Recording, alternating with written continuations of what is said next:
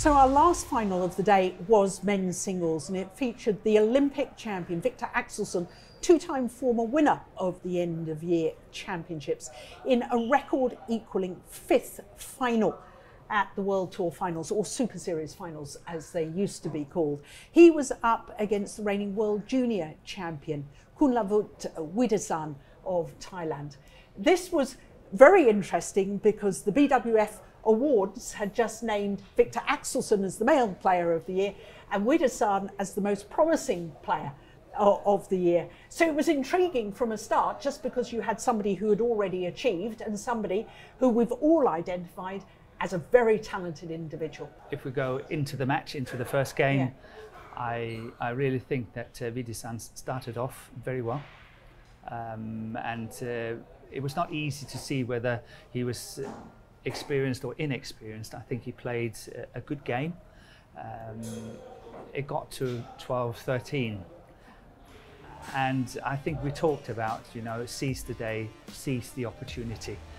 And he didn't take it. Yeah. And because he didn't take it, I would say that Axelsen took it. And he took the next 8 points just like that. And it was 21-12, and it was basically game over. Yeah. Well, for Axelsen, he was in his 10th final in only his 12th tournament of 2021. Yeah. I mean, he's had an astonishing year, and he seems to be so full of confidence. I did think today, though, that when you compare it to his Olympic final, and of course he played an amazing Olympic final in Tokyo, but I thought today he was looking, in the early stages, as you say, I thought there was a bit of a tension. He was missing with his smashes. He never missed a smash, I don't think, in the Olympic final in Tokyo. No. Was that nerves, do you think? I think it was nerves. I think it was pressure. I think it was his own expectations. I think he was thinking, Viktor was thinking, the whole world expects me to win, so if I'm not winning this is not so good. And of course his own expectations just adding on top of that. And that's why I said Vitidsarn had a window of opportunity and he didn't take it.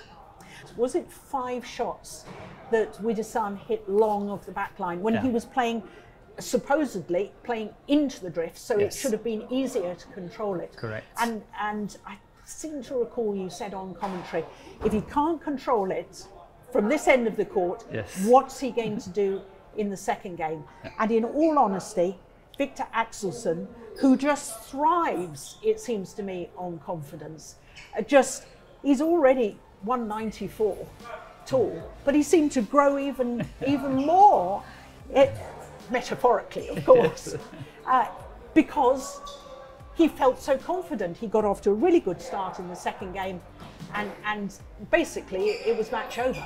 His wonderful, easy, relaxed hitting motion, you know, it seems to be a trait of the Thai players, because, you know, we've talked about it for years with Ratchanok Intanon.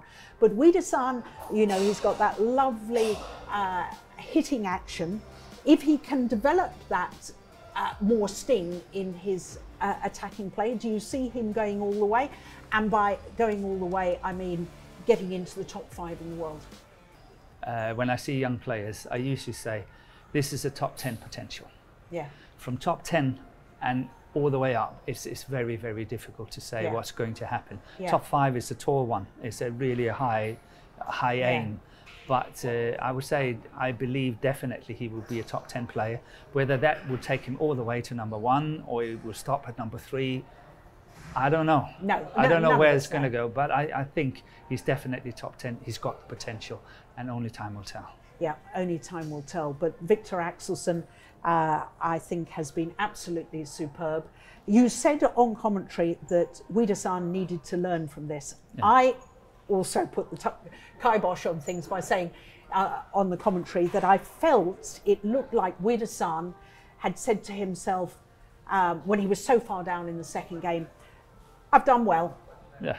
At the start of the week here at the World Tour Finals, I wouldn't have expected to be playing the final of the World Tour Finals. And there was almost a look of content. Well, I've done better than I thought I was going to do. And I think that he needs to learn, one of the things he should learn from this is that you must take chances. It comes down to exactly showing that desire, you know, and see the opportunity as and when it's there. Yeah. And the opportunity was there today yeah. at 12-13, but he didn't see it. Yeah. And he played these out the back and all that, and suddenly it all slipped through his fingers, and that was it. Yeah. But he actually had the opportunity, and I completely agree with you that at certain stages in the match, when it was still close, Axelsen did not look at ease. No. So there was an opportunity there. There certainly was.